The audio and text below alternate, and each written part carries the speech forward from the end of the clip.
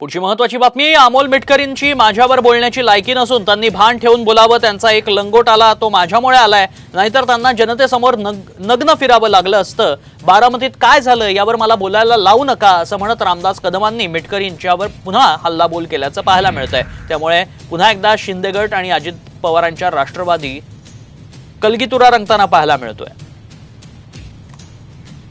एक जे आहे ना लंगोट वायगडचं, ते मी आणलंय। त्या भान ठेवून बोला, आपण कुणावरती बोलतोय। तुमची लंगोट मी वाचवली, नाही तर नग्न लोकांसमोर दिसला असतात महाराष्ट्रामध्ये। बारामतीला काय झालं हे मला बोलायला लावू नका। मला पुष्कळ बोलता येतं, तुमच्या अवकात ना माझ्यावर बोलण्यावर, एवढंच त्यांना मी सांगेन।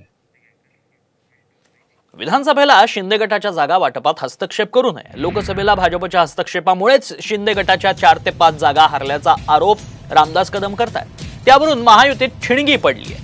भाजपच्या रावसाहेब दानवेंनी रामदास कदमांचा दावा फेटाळलाय।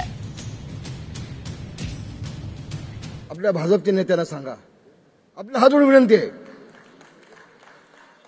मला माहिती आहे कोण बोलणार नाही या विषयावरती। मला घेऊन जा मोदी साहेबांकडे, शहा साहेबांकडे। मी सांगेन की साहेब, वेळेवरती एकनाथ शिंदेचे जसे भाजपचे 2 महिने आधी उमेदवार दिले, तसे शिंदे साहेबांचे 15 उमेदवार 2 महिने आधी दिले असते, आज चित्र वेगळं दिसलं असतं। पण एकदा शिवसेनेचा उमेदवार एकनाथ शिंदेंनी जाहीर केला की भाजपची मंडळी उठली, आमची जागा, आमची जागा, आमची जागा हवे।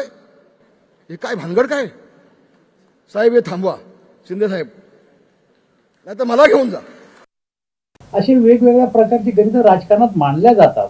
याचा अर्थ असा नाही की ते डिक्लेअर केले असे निवडून आले। आता आमचे संभाजीनगरचे उमेदवार ऐन वेळी डिक्लेअर झाले, निवडून आले, असं नसतं राजकारणात। अनेक उमेदवार असे आहेत अगदी वेळेवर शेवटी विड्रॉल पर्यंत डिक्लेअर होत नाही, डिक्लेअर गेले आणि निवडून आले।